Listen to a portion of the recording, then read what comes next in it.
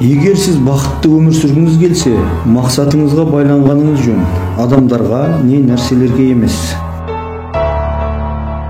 Ешқашан қателік жасап көрмеген адам, ешқашан бір жаңа нәрсені татып көрмейді.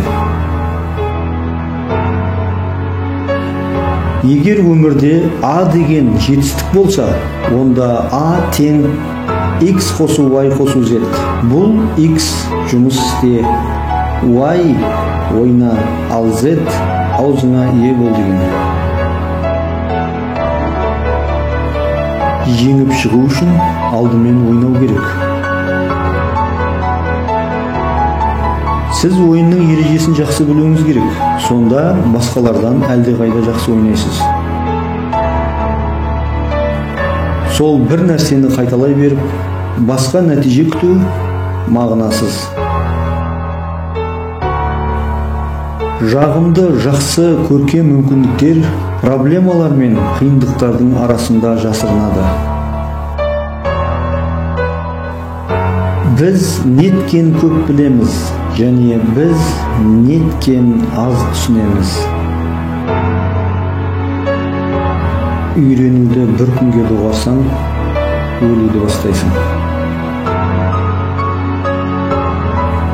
Адам өз қабілеті жеткенде жасай беруді ұнатады.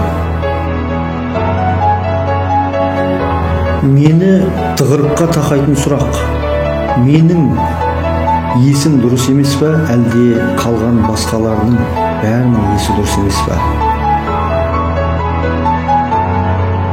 Әлемде түсінілуі ең қиын болған нәрсе бұл кіріс салығы. Тек екі ақ сонсыз нәрсе бар: әлем және ақымақтық. Дегенмен әлем туралы сенімді емеспін. Ұлылыққа тек бір ғана жол бар. Ол жол да қиыншылықтан өтетін жол. Мен ешқашан болашақ туралы ойламаймын. Өйткені ол өтетіні жеткілікті дәрежеде жап-жақын. Мен өлімге ерте ме кеш пе төленуі керек ескі қарызым сияқты қарауды үйренгенмін. Менің айтарлықтай талантым жоқ. Мен тек құштарлықпен қызығып қана қараймын. Бұның бәрі менің зеректігімнен, не болмаса ақылдылығымнан емес. Мен тек есепті шығармай берілмеймін. Бары сол ғана. Егер балаларыңыз ақылды болғанын қаласаңыз, оларға ертегі оқып беріңіз. Егер олар одан да ақылдырақ болғанын қаласаңыз, одан да көбірек ертегі оқыңыз. Адамның нағыз ілгерілеушілігі ойлап тапқыш ақылына байланысты емес, саналылығында.